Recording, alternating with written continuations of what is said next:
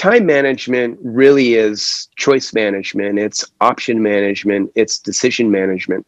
So, in essence, we don't manage time. What we do is we execute activities.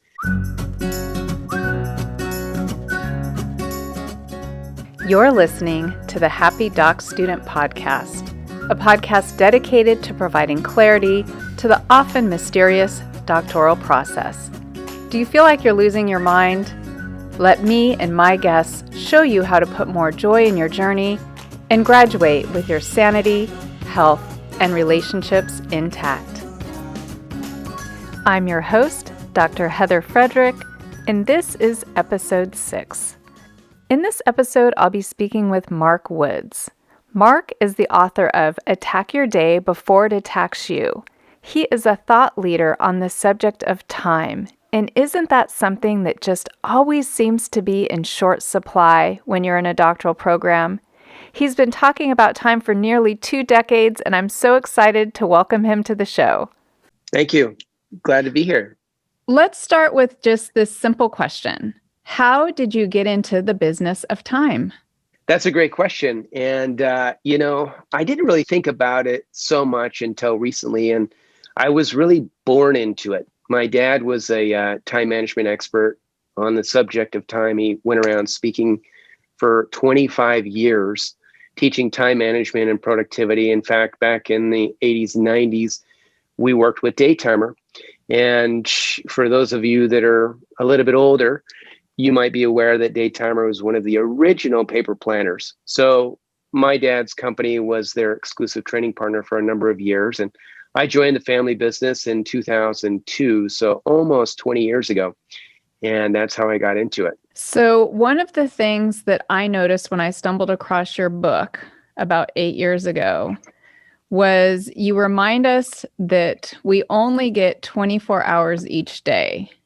That is correct. And, we start off talking about the fact that time management really is choice management, it's option management, it's decision management.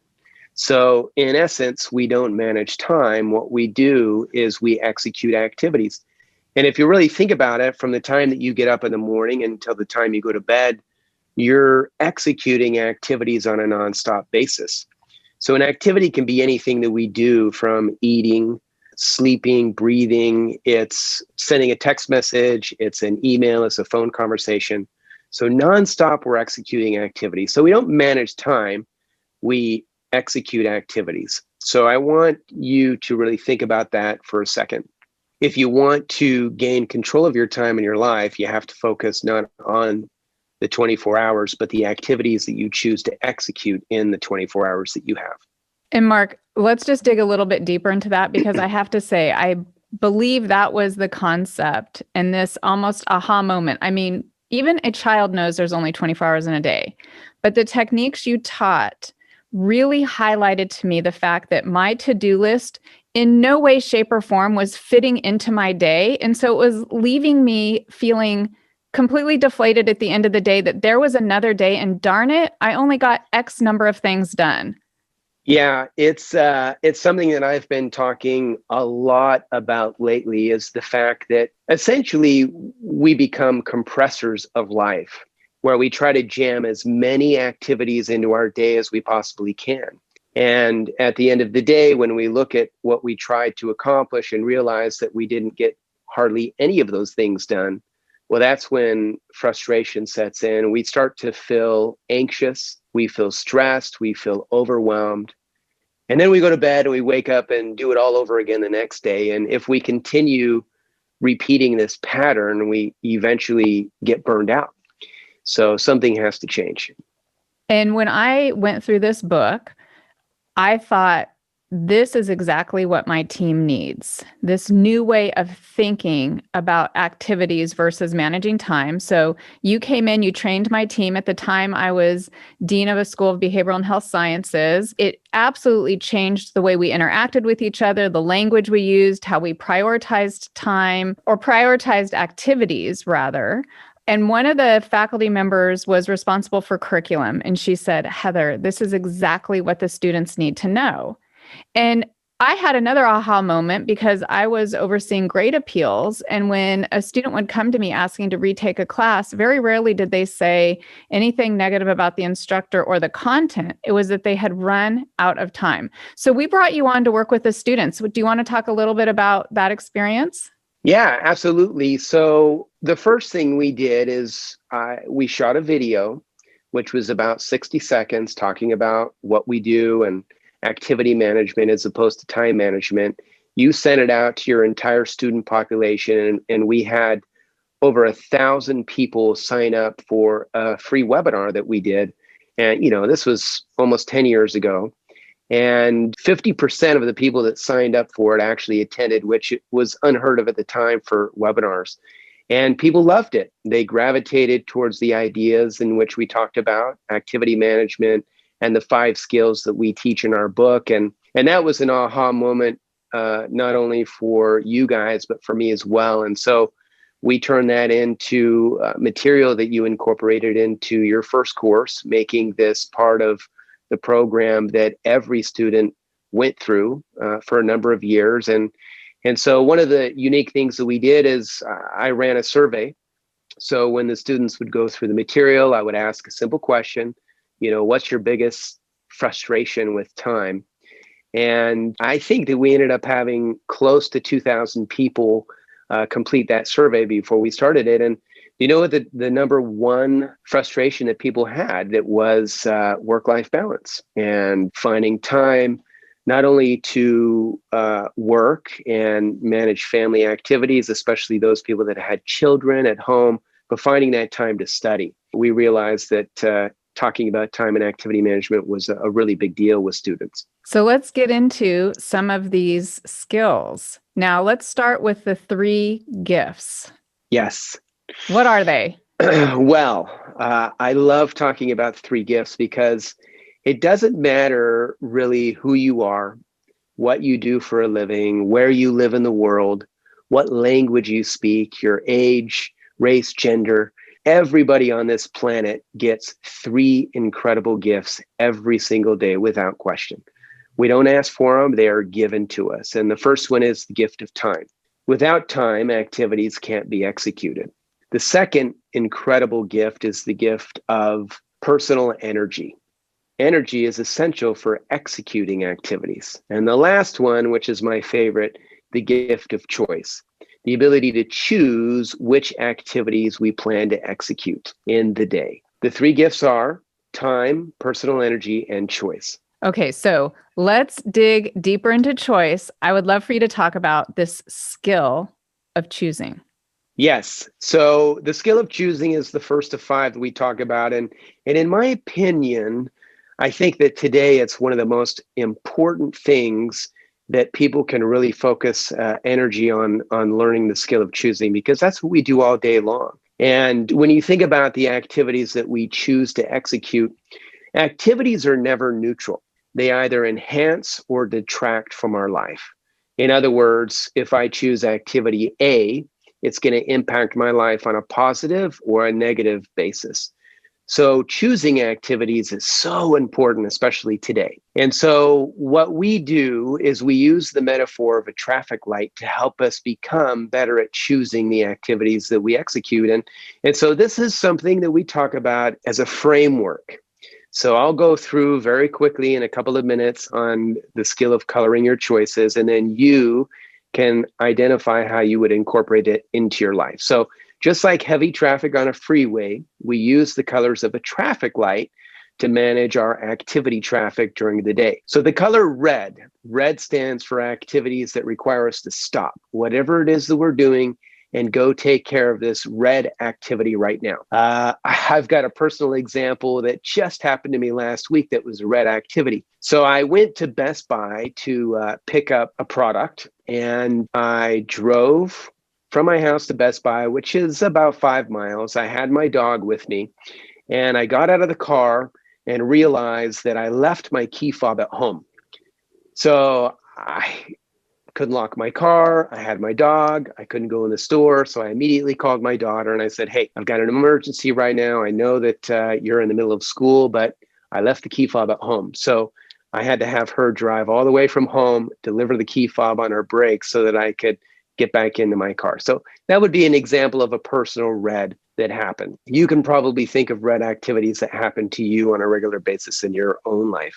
Green activities are next. We use the color green to stand for activities that are valuable activities. So when you think about green activities, think about things that enhance the quality of your life. They could be regulatory activities that you do on a regular basis as part of your job. An example of a personal green activity could be reading to my daughter. That was one of the things that was important to me when we were younger, and I would try to spend time reading to my kids at night during the week, just 5 or 10 minutes. And so that would be an example of a green activity. Now, it gets a little bit trickier when we talk about the color yellow. Just like when you're driving down the street and the yellow light pops up, you have to make a decision. Am I going to stop or am I going to drive through? We won't get into the rights or the wrongs in driving through traffic. But when you think about yellow activities, you have to ask yourself that same question. Does this activity add value to my life? Does this activity align with a goal or an objective for my work and for my personal life? So we have to be cautious when yellow activities pop up. Most of the time, yellow activities are things that we have to do at some point in the future, but not necessarily today or tomorrow or maybe even this week. So be cautious when yellow activities pop up. Now, there's one other color that we added to stand for activities that are usually a big waste of time. I call them the time suckers, and it's the color gray. Gray stands for activities that don't really have a high value, aren't going to really add much value to my work or my personal life. And you could probably think of things right now. And in our seminars, we used to play a game. And a lot of the things we would identify as being gray activities would be surfing too much on the internet, too much television time, watching cat videos. So these are things that mostly are considered a waste of time. But I got challenged with this a lot from people that would say, look, Mark, you don't understand. When I get home at night, I like to sit in front of the TV. I like to binge on Netflix for a couple of hours because that's my recovery time. It's my downtime. And I always say the same thing. Too much of a good thing oftentimes can be a bad thing. So you have to think about how much time you're really investing in these activities that are considered grays. And also you have to identify at what time of day you're actually executing these gray activities. So those are the colors, and that's what they stand for. Red means stop, green means go, yellow means caution, and gray means no. So let's dig into those and kind of unpack those for the doctoral student. And then I want you to tell us, once you color them, what do you do next, right? So, Yeah. And you know what? I just want to back up and say, I love having this language. And especially if you get a team you're working with or your family on board, it helps really, I think, collaboration in the house, because you can say, I've got a red, or you can challenge each other and say, that sounds like a yellow. Just keep at the forefront this idea that we need to be conscious. Yeah. And, these days with so many people working from home and so many of us that have our kids that are schooling from home at the same time, it's so important today to be able to communicate this level of priorities.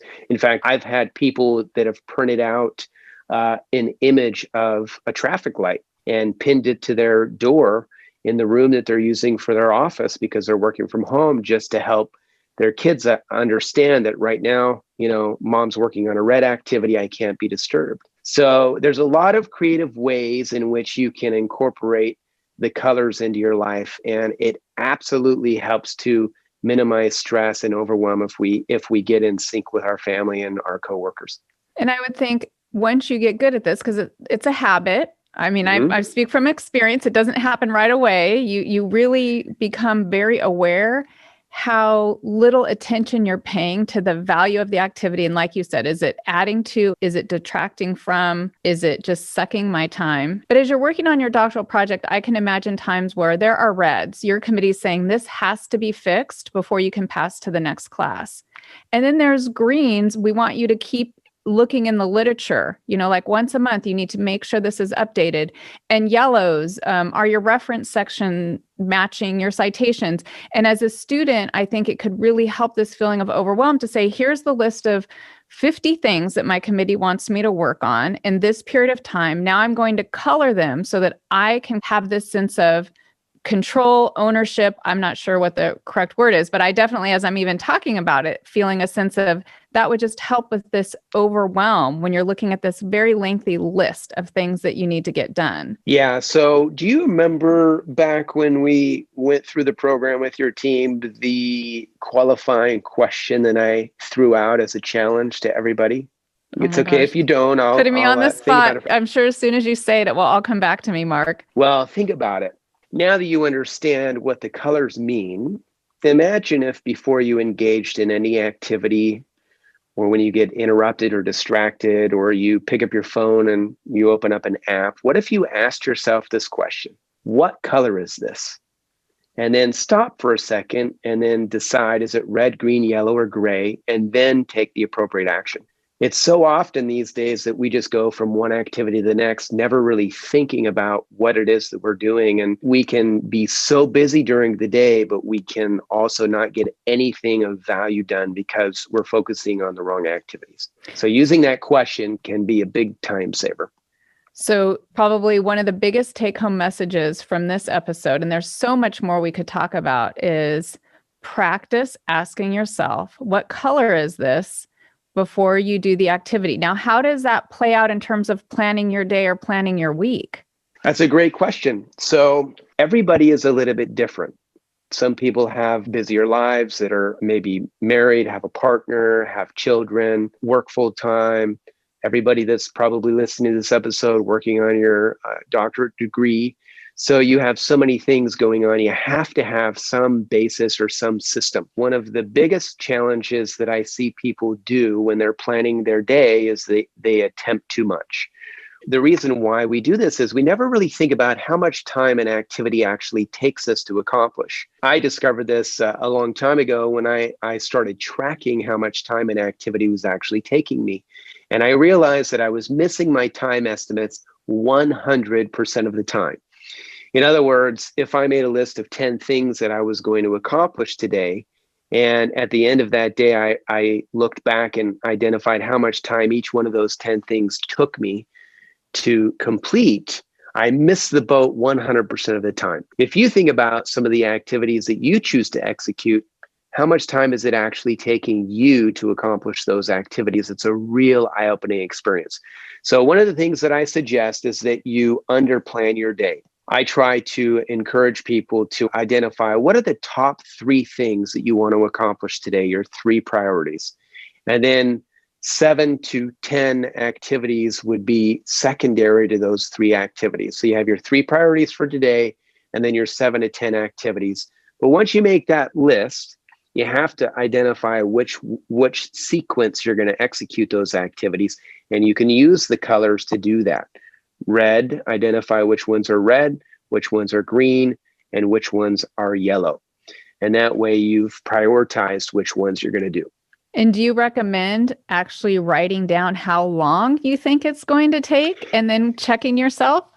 I do. I think that it's important that you do that for a couple of days to get a better understanding of what you do.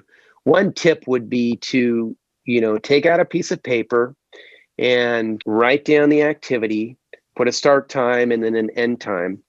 And then at the end of the day, you can identify, okay, well, I thought that activity, or I had blocked out 30 minutes to do that activity, and it actually took me an hour. So when you do this regularly, you'll get a better understanding of how much time it takes, and you'll get better at it. You know the old saying, how do you get better at something? You practice. So if you practice this behavior every day and you're mindful, your productivity will get better. So far we've got this challenge to start coloring your choices, estimating your time and checking yourself, because then you'll get better at knowing how to plan things and how long things are going to take. That was one skill with some tips. I know we don't have time to go over all 4, but quickly, will you just list the other 4 skills? Absolutely. So the first skill, which we just talked about briefly, is the skill of choosing.